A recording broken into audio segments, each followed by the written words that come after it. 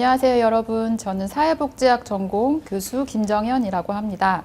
저는 오늘 여러분들께 사회복지학에 관해서 간략하게 말씀드리고요. 전공과 관련된 도서에 대해서 추천해 드리고자 합니다. 사회복지학은요, 단순히 불쌍하거나 도움이 필요한 사람을 돕는 학문이 아니고요.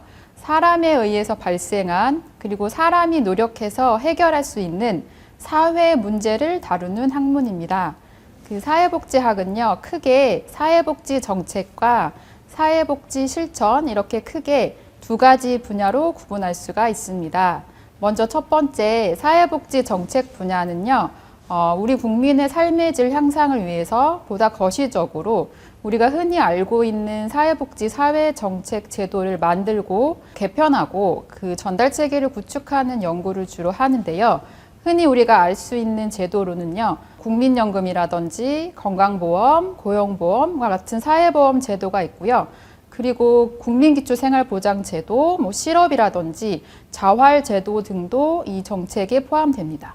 반면에 그 사회복지 정책과 달리 사회복지 인상 영역은요, 좀 미시적으로 사회복지사가 개인의 욕구를 해결하기 위해서 그들이 필요로 하는 서비스, 상담이라든지 프로그램 계획이라든지 개발이라든지 아니면 사회 서비스를 연계를 해서 개인의 삶의 질을 향상하는 데 목표를 두는 학문입니다.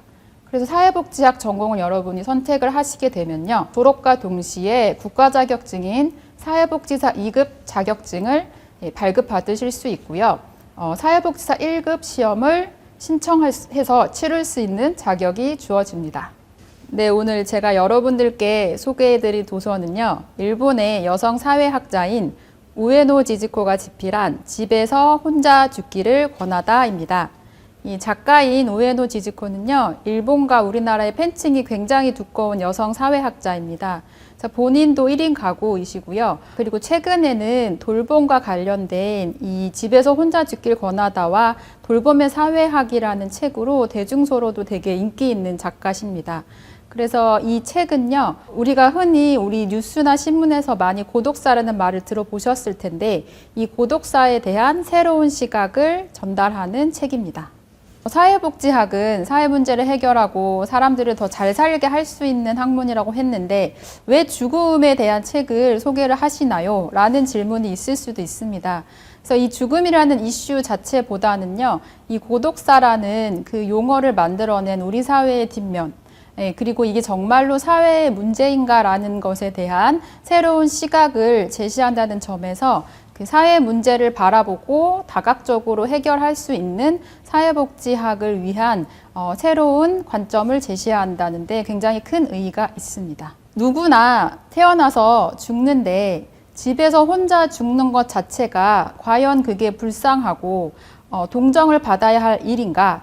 라는 질문을 작가는 던지고 있고요. 인간은 누구나 죽는 순간을 아직까지 우리는 경험을 해보지 못했기 때문에 죽는 순간까지 본인이 선택한 삶의 방식을 인정해야 한다라는 관점을 주장하고 있습니다. 이 책은요, 고독사라는 말 대신에 이제 1인 재택사라는 말을 쓰자. 라는 그 주장을 하고 있는데요. 여러분들이 한번 생각을 해보시면 과거에는요, 여러분들이 어린 시절을 돌이켜 봐도 고독사라는 말 자체가 없었습니다.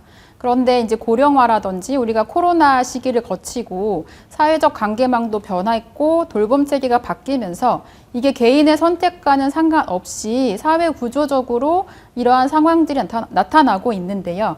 그런데 이러한 상황 자체를 고독사라는 말이 아니라 이 책에서 제시하는 것처럼 1인 재택사라는 용어만 바꾸면요, 혼자 죽는 것 자체가 개인의 선택이구나. 그러면 그 선택을 존중하기 위해서 우리 사회가 특히 사회복지적으로 돌봄 체계라든지 사회관계망이라든지 주거 시스템에 있어서 어떻게 개선해 나가야 할 것인가 라는 질문을 가질 수 있습니다. 그래서 이 책과 관련된 사회복지학 교과목은요, 특히 노인복지론, 지역사회복지론, 그 밖에 이제 돌봄과 관련된 교과목들이 해당됩니다. 이 책에서 특히 제가 인상 깊었던 그 구절을 소개를 해드리자면요. 재택사라는 신조어를 만들고 재택사 준비 강좌를 개최를 했습니다. 강좌를 개최했을 때 500명 이상의 사람들이 몰렸죠. 혼자 살고 혼자 집에서 평안하게 죽는 것에 대한 사회적인 관심이 얼마나 큰지를 반증하는 그런 구절이 특히 인상에 남습니다.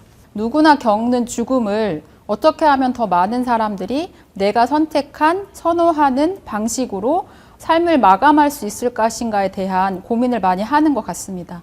그러한 지점에서 이제 사회복지 관점에서 그들을 어떻게 돌볼 것인가, 죽은 이후에 본인의 장례라든지 시신 처리라든지 이런 거에 대한 걱정 없이 편안하게 삶을 마감할 수 있는 체계를 어떻게 자연사 체계를 집에서 구축할 수 있을 것인가에 대해서 사회복지적으로 좀 더 탐구해야 할 중요한 새로운 영역이 될 것 같습니다.